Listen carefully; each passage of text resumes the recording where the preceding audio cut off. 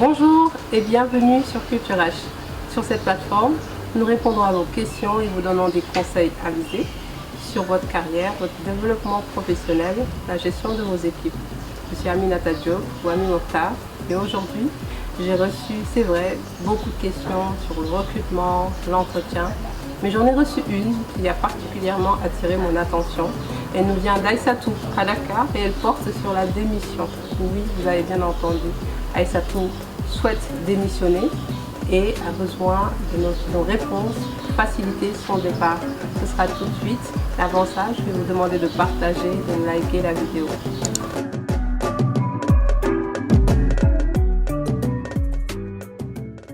Alors, quel est le problème d'Aïssatou?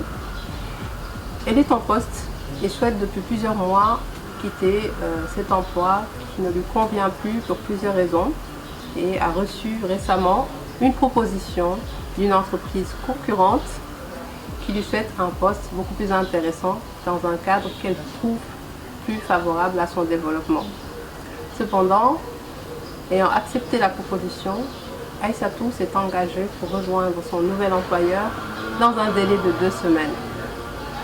Bien entendu, cette situation devient problématique car dans son contrat de travail, Aïssatou doit observer un préavis de 3 mois.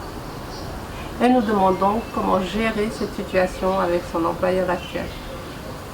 Il faut savoir qu'en matière de démission, la première chose à observer, la première bonne pratique à observer, c'est l'élégance.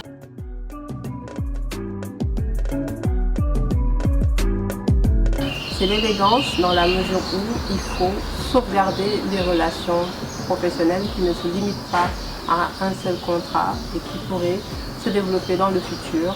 Donc, il faut veiller à laisser un cadre de travail sain à son poste actuel, peu importe la nature des relations qu'on peut avoir avec son manager ou avec ses collègues. Alors, la première chose à faire, c'est de lire le contrat de travail.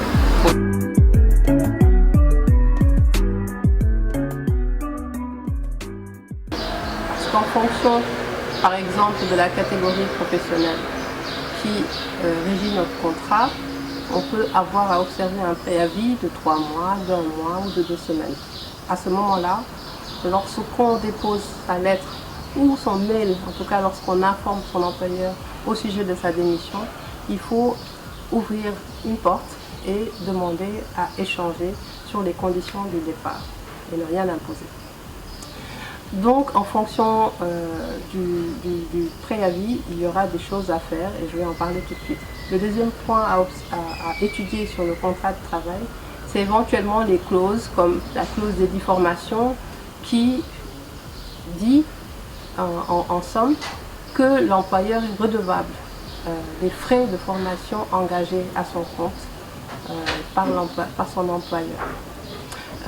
Une autre clause, par exemple, qui peut exister dans le contrat de travail, c'est la clause de non-concurrence qui interdirait, dans un certain délai, de rejoindre une entreprise concurrente. C'est typiquement aujourd'hui le cas de Aïssatou. Qu'est-ce qu'il faut faire dans ces situations-là? La première chose, je l'ai dit tout à l'heure, c'est d'en discuter avec l'employeur. Pour la réduction du préavis notamment, on peut mettre à contribution les congés, les jours de congés qui sont disponibles, et juste échanger sur la passation, faire en sorte qu'elle se fasse très rapidement pour que l'employeur accepte de réduire le préavis. Pour les autres clauses, par contre, il va falloir faire les choses de manière très juste. S'il y a des frais de formation à rembourser, les rembourser et éviter surtout d'aller rejoindre la concurrence à un poste similaire.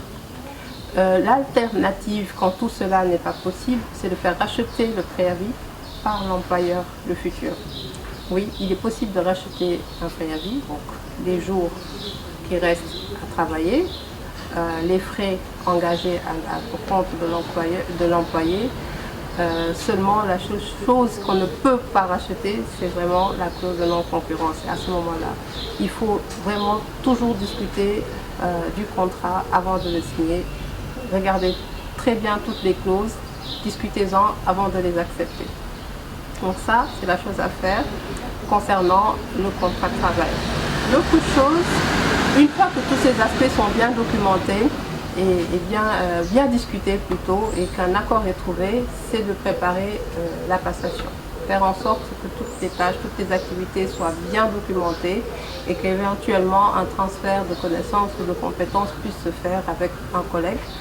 Et pourquoi pas se rendre disponible après le départ pour fluidifier toujours les relations. Il faut savoir que sur votre CV, dès l'instant où vous mentionnez une expérience, notamment une expérience significative, vos futurs recruteurs pourraient tout à fait contacter votre employeur pour demander, pour prendre vos références et puis éventuellement demander des recommandations. Donc tout ça est à prendre en compte quand on veut partir. Bien entendu, c'est quelque chose de tout à fait naturel et normal dans une carrière, mais encore une fois, pensez à l'élégance. Donc Aïssatou, tout est rattrapable.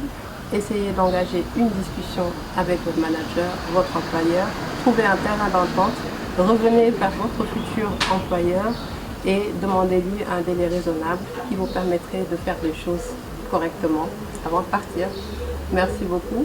Commentez si vous avez des questions ou des remarques et à très vite sur Culture H.